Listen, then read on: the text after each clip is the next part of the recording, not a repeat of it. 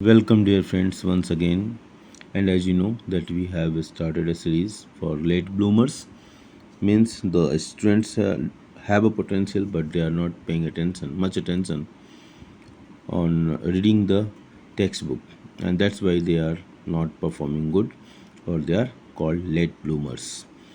तो उनके लिए ये लाइन बाय लाइन रीडिंग की जो एक श्रृंखला हमने स्टार्ट की है, आज उस श्रृंखला में हम बात करने वाले हैं कि how the equilibrium is achieved when x ante aggregate demand is not equal to x ante aggregate supply of final goods and services in the economy. x ante का मतलब क्या हुआ? Intended desired. एक्स पोस्ट का मतलब क्या हुआ? Actual. Okay, तो ex post aggregate demand, ये ध्यान रखना है कि एक्स पोस्ट मतलब actual aggregate demand is always equal to the ex post aggregate supply. जो एक्चुअल डिमांड और सप्लाई हैं वो आपस में हमेशा बराबर होते हैं. लेकिन however ex ante aggregate demand जो इंटेंडेड है, डिज़ायर्ड है aggregate demand, is equal to the ex ante aggregate supply. वो एग्रीगेट सप्लाई जो इंटेंडेड है, जो डिज़ायर्ड है एग्रीगेट सप्लाई के बराबर कब होगा? ये तभी हो पाएगा जब इकोनॉमी इक्विलिब्रियम में हो. तो इकोनॉमी के इक्विलिब्रियम के लिए ज़रूरी है कि ex ante aggregate demand ex ante aggregate supply के बराबर हो, क्योंकि ex post aggregate demand is always equal to ex post aggregate supply. Equilibrium क्या चाहता है? Equilibrium requires that the plans of supplier are matched by plans of those who provide final demands in the economy.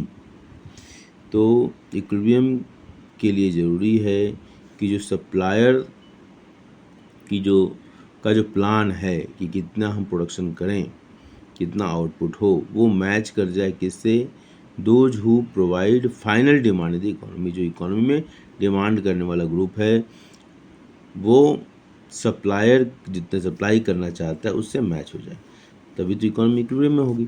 दस in the situation ex ante aggregate demand is equal to ex ante aggregate supply. मतलब intended जो desired है demand वो desired supply के बराबर हो जाए. चलिए, तो let us start. How the equilibrium is achieved when ex ante aggregate demand is not equal to ex ante aggregate supply of final goods and services in the economy. पहला point है AD is equal to AS is a necessary condition for equilibrium level of income or output. When AD is not equal to AS, then output will tend to adjust up or down until the two are equal again and the economy achieve the equilibrium level of national income. When ex ante aggregate demand is less than ex ante aggregate supply, AD is less than AS. It means planned expenditure on final goods by household falls short of the output of final goods that the producers have planned to produce in a given year. Simple. अगर AS मतलब output is greater then AD, मतलब जो desired expenditure है लोगों के द्वारा, जो planned expenditure है on final and goods and services, it falls upon जो एग्रीगेट सप्लाई है, जो इंटेंडेड एग्रीगेट सप्लाई है. Stocks will be piling up. चूँकि सप्लाई ज़्यादा हो गई तो स्टॉक्स पाइल अप हो रहा है इन वेयर हाउस, इन्वेंट्री बच जा रही है, which is considered as unintended unplanned accumulations of inventories of unsold goods. To bring back the inventories to the desired level, producers may decrease employment and hence the output AS decreases. समझ में आ रही बात? Thus, this mechanism will continue till the equilibrium is reinstated where AS become equal to the AD. अब यहाँ पर समझने के लिए देखें कि अगर हमारा ये हम ऐसे बनाते हैं वाई एक्सिस, ये हमारा एक्स एक्सिस, ये हमारा इनकम इधर लेते हैं और ये हमारा ये वाई है जो कि 45 डिग्री के लाइन पे होता है। इसी को हम एग्रीगेट सप्लाई कह रहे हैं, इसी को हम वाई करते हैं।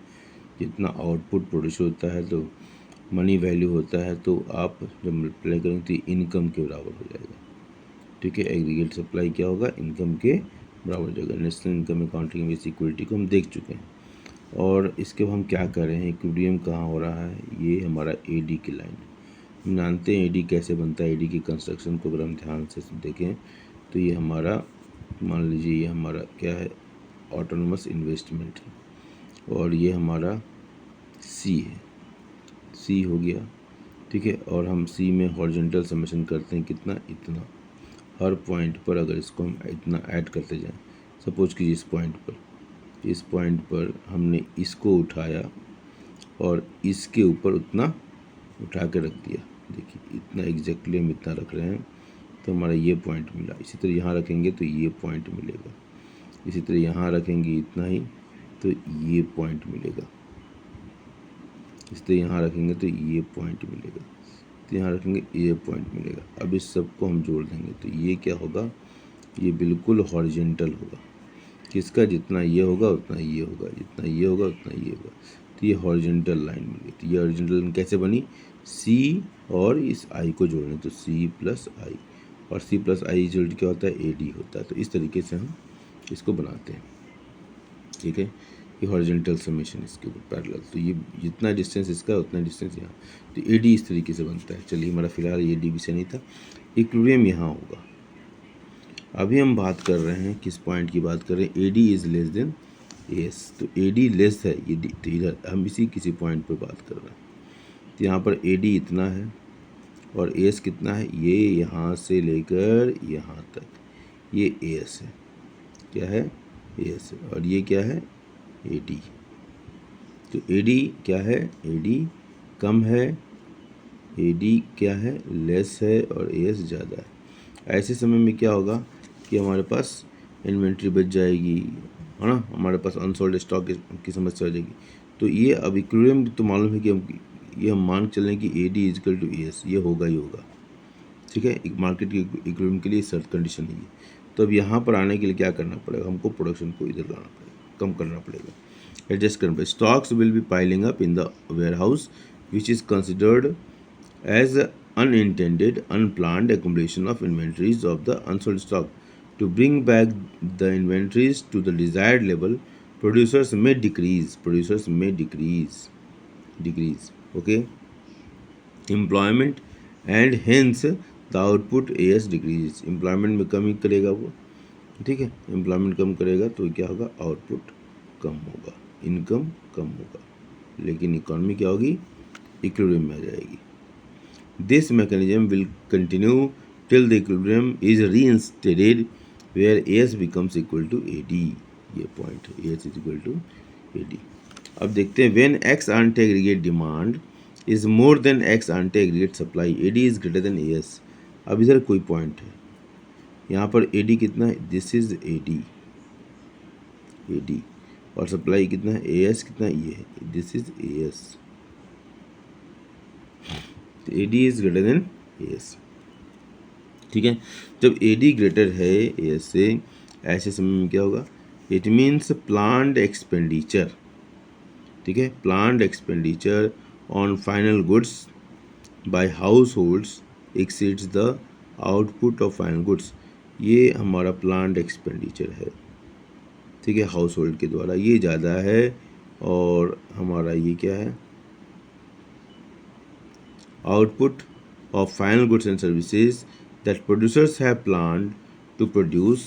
ये देखिए, producers have planned to produce, ये हमारा आउटपुट है, ये हमारा एग्रीगेट डिमांड है। एग्रीगेट डिमांड ज़्यादा है, जो हाउस होल्ड के द्वारा डिजायर्ड डिमांड है इंटेंडेड, वो हमारा फाइनल गुड्स के ऊपर जो खर्च करने वाले हैं वो हमारा ज़्यादा है मात्रा। ठीक है, तो अब ये हमारा एग्रीगेट सप्लाई कम है, इसी पॉइंट को लिखा जा रहा है। It means planned expenditure on final goods by house hold exceeds, planned expenditure देखिए, ये हाउस बाय हाउस होल्ड ये यहाँ से यहाँ तक ये एक्सीड कर रहा है, इस पॉइंट पर क्या हो रहा है, ये ज़्यादा है। Okay, the output of final goods that producers have plan to produce in a given year, इसी की बात कर रहा है कि एग्रीगेट सप्लाई से एग्रीगेट डिमांड ज़्यादा है। It will lead to an unplanned decumulation of fall of inventories, तो ये अनप्लान्ड डिकम्बलेशन जो इन्वेंट्री है वो कम हो जाएगी, कम है यहाँ पर, ठीक है। तो ऐसे कम की स्थिति में क्या करना है, यही प्रश्न है। To bring back the inventories to the desired level, producers may increase the employment and hence the output increases, तो employment बढ़ाएगा तो क्या होगा, आउटपुट बढ़ेगा, ठीक है, आउटपुट बढ़ेगा और आउटपुट जब बढ़ेगा तो इकोनॉमी इक्विलिब्रियम में आ जाएगी, ठीक है। To bring back the inventories to the desired level, producers may increase employment and hence the output increases. This mechanism will continue till the equilibrium